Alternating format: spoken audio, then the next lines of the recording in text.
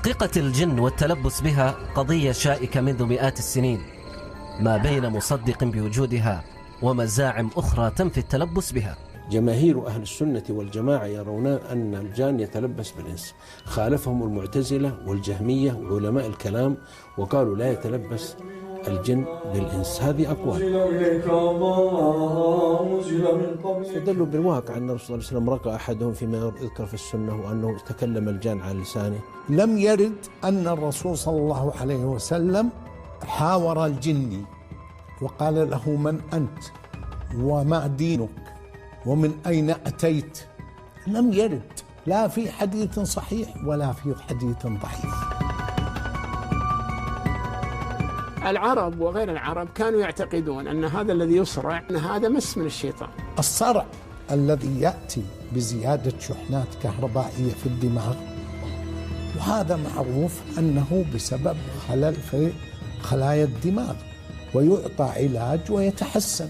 فكرة أن الجن تتلبس بالإنس لها مصوغاتها وقصصها القديمة والحديثة، لذلك حاولنا أن نبحث عن حالة نسمع قصتها ونتعرف على أبعادها. هاني يقول إن جنية اسمها ميمونة أغرمت فيه وتزوجها قبل 23 سنة. والله هذه تعرفت على شيخ قبل 23 سنة نيجيري، وقال لي في مشروع لك يخليك مليونير. قلت له ايش المشروع هذا؟ قال لي لازم تاخذ بيت لوحدك. قلت له طيب. اخذت بيت واثثت البيت. جاء قال لي نام اليوم شوف ايش يجيك وكلمني ثاني. جاء هذا يقول لك عندي لك مشروع تصير بعد ثاني. بدأت القصة عندما لجأ باخ شوين إلى شخص نيجيري وأبلغه أن في مشروع راح يخليه غني. فنمت فشفت بنت تهديني كاسة عصير حرمة، تهديني كاسة عصير ومعها أمها. رحت ثاني يوم قلت له ترى الموضوع 1 2 3 شفت حرمة قال لي في ملكة جنية. دقيقة، تهديك كاسة عصير وأنت كنت نايم ولا كيف؟ أنا نايم.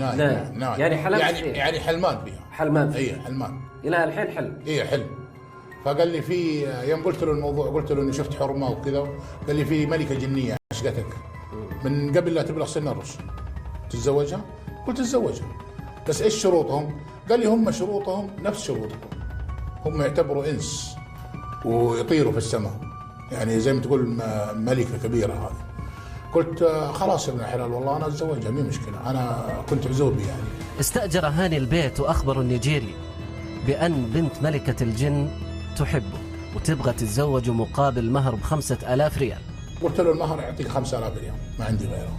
وجاب لي ورقه كذا مكتوبه باللغه حقتهم، ما ادري ايش هي اللغه ما ادري. قال لي حط ال5,000 ريال. دخلنا الحين البيت اللي احنا استاجرناه لوحدنا.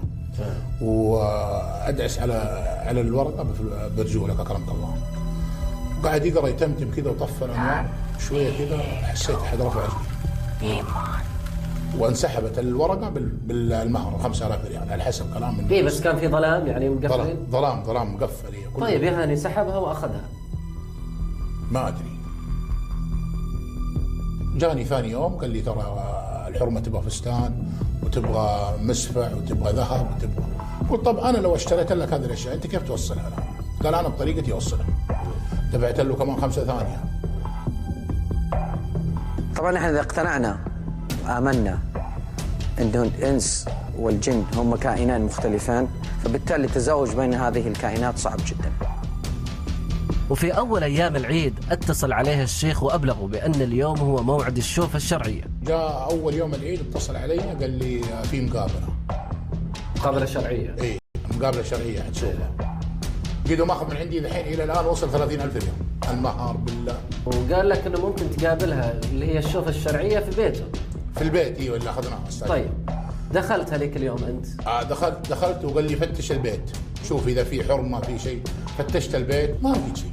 طلب مننا قماش كفن، هذا حق الكفن حق الميتين. قال بفرش الغرفه كلها عشان حرمتك طاهره روحانيه ما تحب ريحه نجاسه شيء، بالعلم المكيف جديد كله جديد.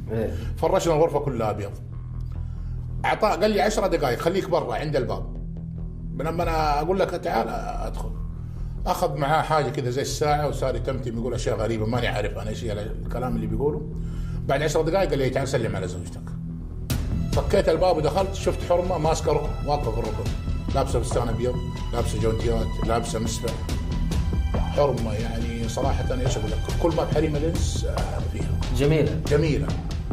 يوم دخلت فكيت الباب ودخلت عليها حسيت نفسي انه بيغمى علي، لا شعوريا كذا، حسيت نفسي انه بيغمى علي الين ما مسكت يد الرجال معايا الشيخ، قلت له انا ما اقدر اروح لها لوحدها، تعال انت معايا.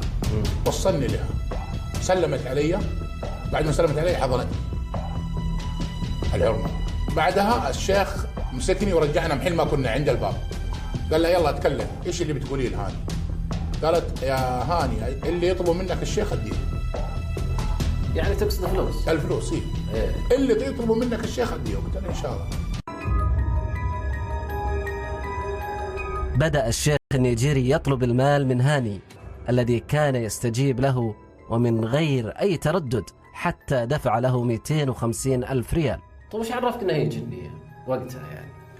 مو بعدين مع السنين 23 سنة الحين أنا أقول لك خبرة معاها، عرفت إنها هي جنية ما هي إنسية. أنا كيف أعرفها بريحة البرفان اللي شميتها. البرفان هذا بشمه كل يوم عندي هنا بالغرفة. عندك في هذه الغرفة اللي نسوي فيها اللقاء؟ نعم، هذه الغرفة مخليتها لي، قالت لقاء، وقالت احتمال يعني بمزاجها لو طلعت أعبي لك إياه فلوس.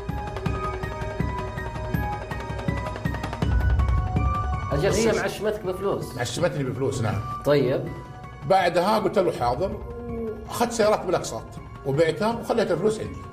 كل ما طلبني شيء اعطيه. فبعد على امل انه هي هذه، على امل انه يقول ما فلوس، هي تعطيني فلوس وما في فلوس الا لما ادخل عليها. لم تنتهي قصة هاني. بعد فترة من الزمن اتصل عليه الشيخ وزف له بشرى كان ينتظرها من زمان. بعد 10 أيام من مقابلتي المرة الأولى اتصل علي قال لي تعال اليوم هذه زوجتك على سنة الله ورسوله تقدر تدخل عليها. طيب دخلني عند الحرمة وخرج صك الباب وراح. أنا جامعتها جماعة عادي زي ما يجامع الرجال زوجته. بعدين قالت لي روح استحمى ببيت. لا بس دقيقة خلينا ناخذ تفاصيل. نعم. الحين جابك هذا الرجال النيجيري ودخلت انت وياه البيت. نعم. وحصلته قدامك؟ لا. حضر نفس الطريقة الأولى. جالس يتمتم. هي قاعد يتمتم وفرشنا الأرض القماش الأبيض. زي المقابلة الأولى. بعد ما حضر لي إياها قال لي الآن زوجتك. المرة الأولى قابلتها لابسة مسبع. المرة الثانية شفتها بشعرها. يمكن جابها من مكان. لا حطها في البيت. الشبابيك كلها مقفلة، بيت شعبي معروف. الشبابيك اخوي ابراهيم كلها مقفله. هذا الشيء الثاني انا حريص زي ما قلت لك، انا ما احب احد يضحك علي صراحه. فانا خرجت من عنده رحت للشيخ بقول له خلاص جامعتها. الشيخ قام معي على بال ما دخلنا الغرفه انا وياه قدمي فيه مخفيه 5 دقائق بس من الغرفه للغرفه، 5 دقائق فيها و3 دقائق. يعني ممكن طلعها من هنا ولا من هنا لا ولا لا ولا في الدولاب ما شيكت انت؟ طيب صلي. لا ما في دولاب. البيوت الغرف زي هذه فاضيه، ما في بس المطبخ ثلاجه. جبت له ثلاجه في المطبخ. هاني لا زال يصر على ان الجنيه ميمونه لا زالت تجامعه بين فتره وفتره. هي اقوال علماء، لكن في القران في السنه ما في جاني يمارس الجماع. الامور هذه غير متواجده، اللهم انه السحر متواجد، يعني استقفال الناس، التفرقه هو اساس السحر، والتفرقه بين الزوجين عموما. السحر وجد للتفرقه بين الزوجين، يعني تحطيم البنيه الاساسيه للاسره لبناء جيل سيء فقط. 23 سنه تجيني الان غير ظاهريا. كيف تاخذ حقها اللي هي تبغاه، احس بهمس، احس بحراره، احس بخمول لما تنام فوقي. الله يكرمك الين ما تاخذ حقها مني تقول لي قوم استحمى وصلي استغفر، بتروح حرم، تروح المدينه تدعي. طيب تتكلمون مع بعض ولا لا؟ تتكلم معايا بس همس وليس ظاهريا. طيب ترد عليها انت؟ انا ارد عليها. اتكلم معاها لما تكون تكلمني بموضوع ولا شيء ارد عليها لازم. اجل هي فقط جايه علشان بس تجامعك لان هي تحبك ولا لا؟ نعم. انت تعتقد كذا؟ نعم. مو اعتقد اكيد. ومن الحب ما قتل. ومن الحب ما قتل. نعم. حتى اثناء اللقاء ميمونه معنا وتسمع الحديث. الحين هي تسمع اللقاء بيني وبينك؟ تسمع. تعرف انه انا موجود والحين انا وانت نسوي اللقاء، هي تعرف؟ نعم كل شيء. لما انا دخلت ايش قالت لك عني؟ قالت ذكي هذا، يعني انتم بتعرفوا من اين تاكل الكتف. انت في البدايه تقول يعني يمكن يخونوا ولا يقولوا هذا يمكن مريض نفس الشيء، لكن ان شاء الله مع الايام يعرفوا ان انا صادق. طيب لما قروا عليك بعض المشايخ نطقت تكلمت ولا لا؟ في شيخ مو نطقت، يعني في شيخ لما قرأ علي مو قرأ، قال أمنها، قال أسألك بالله العظيم تبعدي عن هاني وتريحي. صارت تبكي، يعني أنا صرت أبكي، تحسبني إن أنت تقول في نفسك، يعني تقول إنه هاني يبكي، لكن هي اللي قاعدة تبكي، قاعدة تبكي وزي اللي حزنت انكسرت. من كل شيطان وهامة ومن كل عين لامة عيدك بكلمة. أنت قرأت عليه نعم. لما كان تقول أنت إنه كان فيه نوع من أنواع المس. نعم. هل فعلا الجنية كانت تتكلم معك؟ سمعتها؟ ينطق يعني، لكن ما يصدق ما يقال من الجان عموما، يعني ما يأخذ الشيخ يعني عموما يستمر في القراءة، وإن تكلمت تحدثت أو تلقي من اللعن ولا السب ما نبالي في الأمور هذه عموما. ذلك الكتاب لا ريب فيه هدى. طيب أنت باقي على تواصل مع هذا النيجيري ولا لا؟ النيجيري لا، هذا متوفى. مات؟ إيه نعم. مات. وكم أخذ منك؟ أخذ 225,000 ريال غير إيجار البيت 8 شهور. يعني عشمك إنه هذه مأمونة، هي راح تعطيك فلوس بالملايين. مأمونة نعم، قال هي بتعطيك ملايين. كم يعني؟ 750 مليون. 750 مليون؟ قاعد لي 7 سنين دحين انتظر ميمونة في البيت هذا اللي أنا ساكن فيه، انتظر ميمونة تطلع لي أي شيء. أنا قابل حتى لو 5 مليون تطلع، موافق. أجل يا هاني.